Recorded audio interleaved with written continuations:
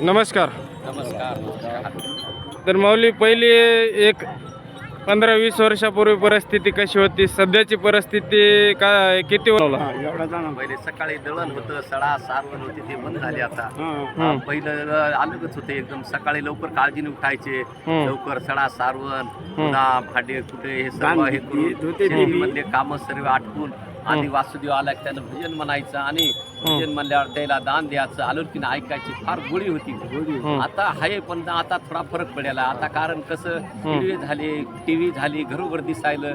आता थोडी परिस्थिती थोडी कमी झालेली आहे. पहिलं भरपूर चालू होतं. आता पहिल्यासारखं तितकं राहिलं नाही. आता जागेवर दिसायला त्याला आता कमी राहिलं. आता नव्या पिढीचेच गाणे म्हणायला लागले. त्या जुने आता ओळखू येईना त्याला, समजणत आता. असे आता कोणते आम्ही सखूबाईचं म्हणतो, कुंडलिकाचं म्हणतो, रामायण म्हणतो, असे भरपूर गाणे जुने पुराणे आहेत. पण आताच्या पिढीला तेवढे समजत नाहीत. आता एखादं म्हणून दाखवायचं असतं